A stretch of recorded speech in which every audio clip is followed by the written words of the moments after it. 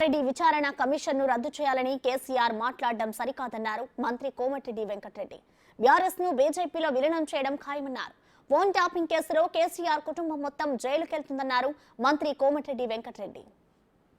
ప్రధాన న్యాయమూర్తిగా పనిచేసిన వ్యక్తి, నిజాయితీ మారుపేరుగా మచ్చలేని వ్యక్తి, ఆయన జడ్జిమెంట్ దేశంలోనే చారిత్రాత్మకమైన జడ్జిమెంట్. నరసింహారెడ్డి విచారణ కమిషన్ రద్దు చేయాలంట. అంటే మీరు ఎన్ని తిన్నా కానీ వదిలిపెట్టమని అంటారు.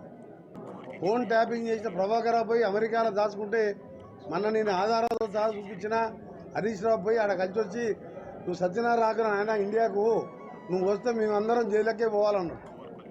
ఆ ఫోన్ ట్యాపింగ్లు అందరూ ఉన్నాయి, నాయి కూడా ప్రతి ఒక్క ట్యాపింగ్ ఉన్నది. అలా సంతోష్, వినోద్ కుమారు, సంతోష్ రావు, ఇంకొక ఆయన నమస్తే తెలంగాణ ఎంపీసీ ఉంటే రాజ్యసభ ఎంపీ ఆయన,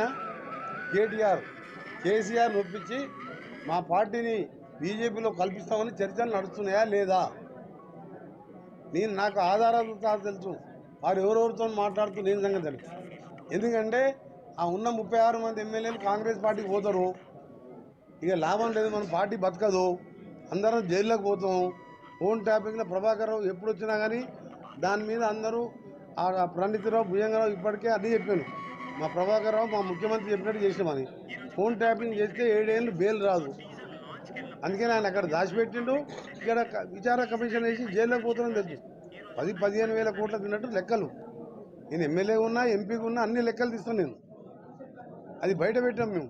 అందుకని ఇవాళ విచారణ కమిషన్ రద్దు చేయమని అంటే అందరు నవ్వుతుండ్రు.